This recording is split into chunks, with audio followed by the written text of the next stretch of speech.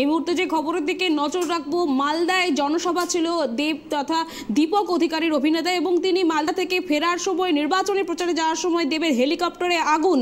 মালদা রতুয়ার কর্মসূচি ফেরার পথে হেলিকপ্টারে ধোঁয়া বেরোতে দেখে এবং সেখানে পরিস্থিতি মালদা বিমানবন্দরে নামানো হয় হেলিকপ্টারটি।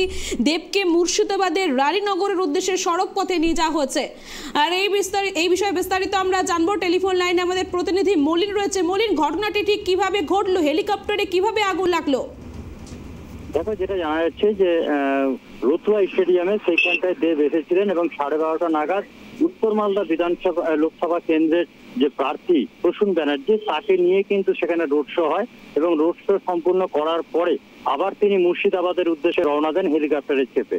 এবং হেলিকপ্টার উপরে ওঠার সময় কিন্তু সেখানে লক্ষ্য করেন যে ধোঁয়া বেরাচ্ছে এবং তৎক্ষণাৎ কিন্তু সেইখানটা পাইলট এমার্জেন্সি ল্যান্ডিং করেন হচ্ছে মালদা বিমানবন্দরের হেলিপ্যাডে এবং সেখানে কিন্তু তড়িঘড়ি তাকে দেবকে নামানো হয়। দেবকে নামিয়ে কিন্তু সড়কপথে পাঠানো হয় মুর্শিদাবাদের উদ্দেশ্যে।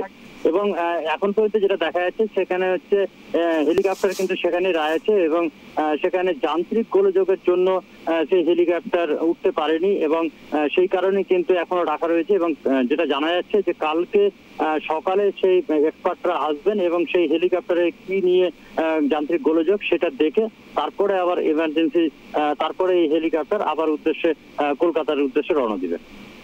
ধন্যবাদ মলিন। একদম দেবের হেলিকপ্টারে কালো ধোঁয়া, মালদা হয়ে জরুরি অবতরণ করা হলো। আজকে মালদার নির্বাচনী প্রচারে ছিলেন দেব এবং তারপরে মুর্শিদাবাদ যাওয়ার কথা ছিল এবং সেখানেই হেলিকপ্টারে আগুন লাগে। অল্পের জন্য রক্ষা পায় ঘাটালে তৃণমূল কংগ্রেসের প্রার্থী দেব।